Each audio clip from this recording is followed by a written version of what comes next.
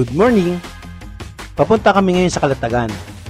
Sa may Tagaytay kami dadaan through Calax.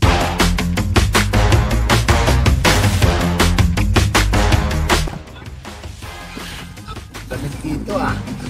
Magbe-breakfast muna kami dito sa Bulalo Capital.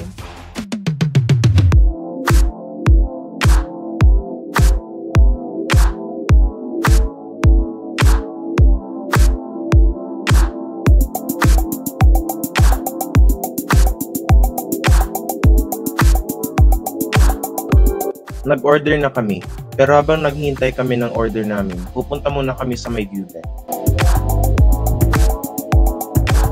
Kitang-kita dito ang napakagandang Taal Lake.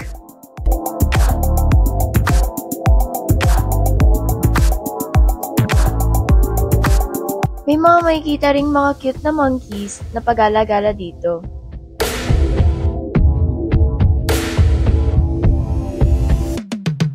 Ang cute din ang display nila ng iba't ibang kulay ng rotary dial telephones. Uy! May nagri-ring na phone. Hello? Hindi eh. Hello? Hindi rin. Hello? Ayoko na nga. Para makapasok sa may top view deck nila at makapagpa-picture, dapat meron kayong maipakitang minimum single receipt of 1,000 pesos for 2 packs ng Bulalo Capital, or at least 2,000 pesos single receipt for 3 packs or more. Tara, tingnan natin kung anong meron sa taas. Sinugang kapulong mo diyan. Maliliitan ka ba sa akin? Hindi kita atasan, ano? Ano? Ano?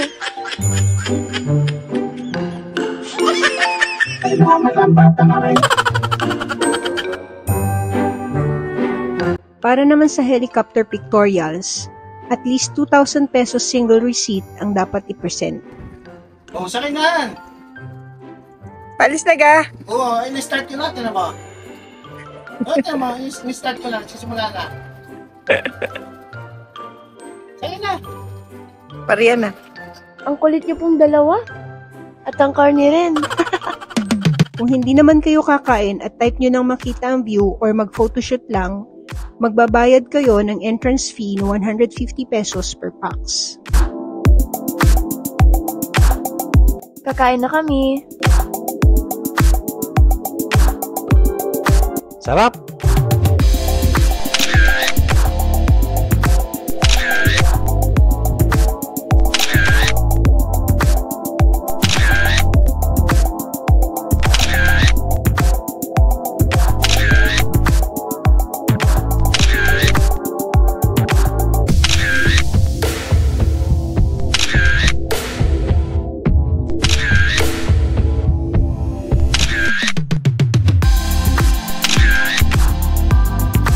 Biyahe na ulit. Nandoon na ang mga kaibigan namin na mahilig ring mag-explore kung saan-saan, ang Team Ligayada. Papasyala namin ang Little Boracay. Malawak ng bakuran, kasya kahit 10 sasakyan. Kung gusto niyo mag-relax at ma-experience o balik-balikan ng buhay probinsya, aba, dito na kayo pumunta. Hindi to beachfront, pero malapit sila sa public market at malapit rin sila sa docking area ng floating cottage.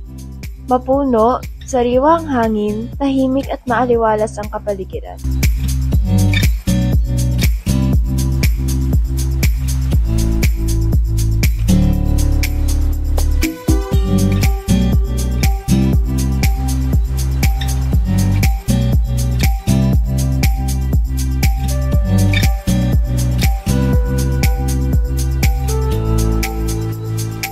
Kumpleto na rin ang kagamitan. May ref, coffee maker, mini oven, may free wifi din, water dispenser, free and drinking water, rice cooker, kitchen and cookware, at gas stove.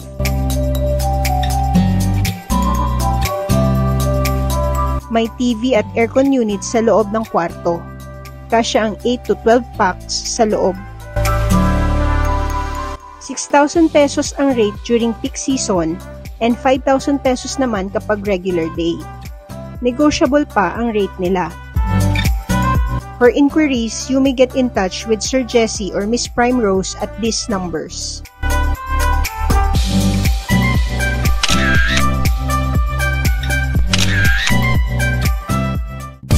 Pupunta na kami sa Little Boracay. Open ito sa mga guests from 7 a.m. to 4 p.m. 3 to 5 minutes drive from Transient House ang docking area ng floating cottage. Sina Sir Jesse at Miss Prime Rose na rin ang nag-arrange nito para sa amin. Sila na rin ang aming tour guide at mag-a-assist sa amin sa floating cottage. Wala na talaga kaming alalahanin. Maglalangoy at kakain na lang. Relax na relax. Sasakay na kami. 4,500 pesos ang rate ng floating cottage for 10 packs. 15 packs ang maximum capacity, pero may additional na 400 pesos per packs ang mag-i-exceed sa 10 packs.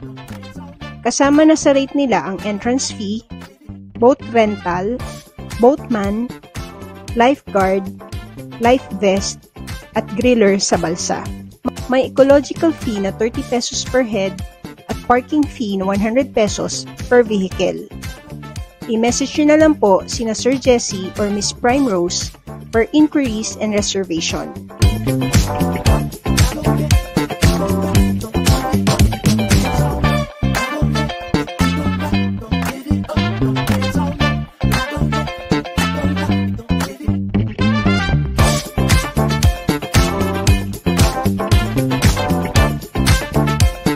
Hihilayan ng bangka ang floating cottage papuntang Little Boracay. First stop, Sandbar.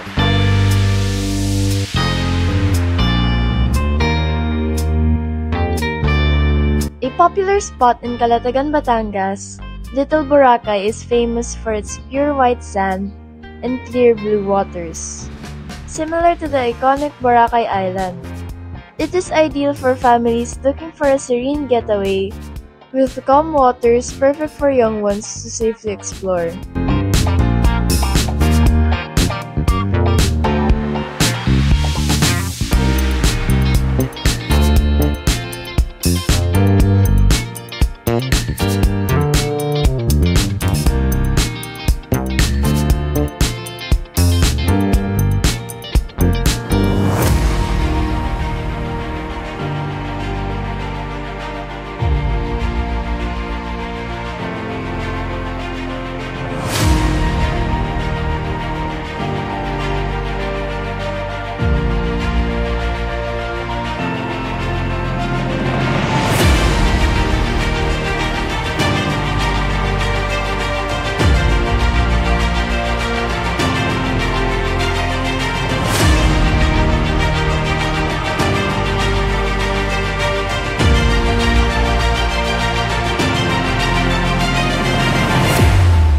Kakain na kami.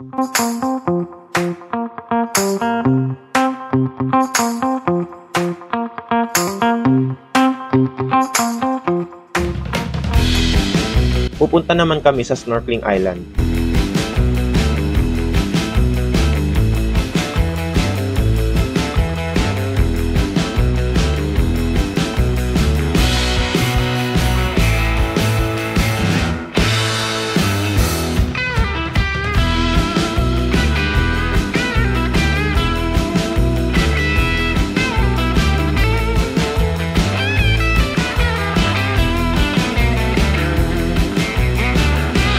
Snorkeling na.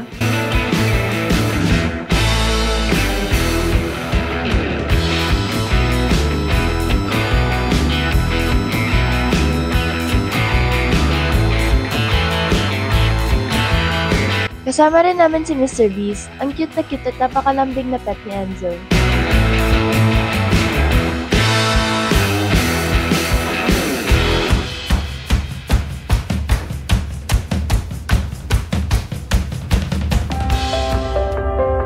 Ang ganda sa ilalim. Starfish Island naman kami.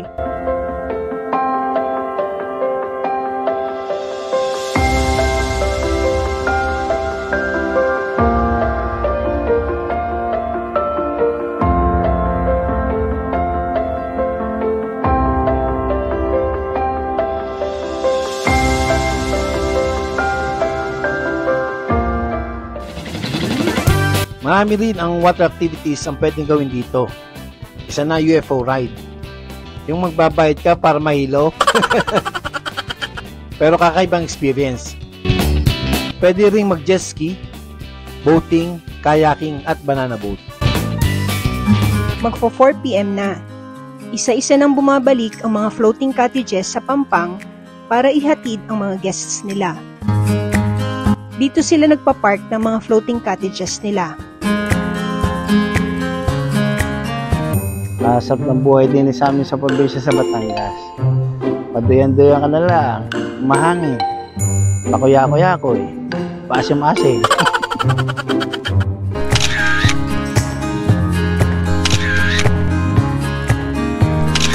Thank you Edward, Det, and Enzo. Uwi na. Dahil traffic sa may Tagaytay, sa may Cuenca kami dumaan pa uwi. At syempre, pag andito kami sa Batangas, lagi maglulumi. Subukan naman namin dito sa Lomico. Malapit lang ito sa may Corcolon Lomi House.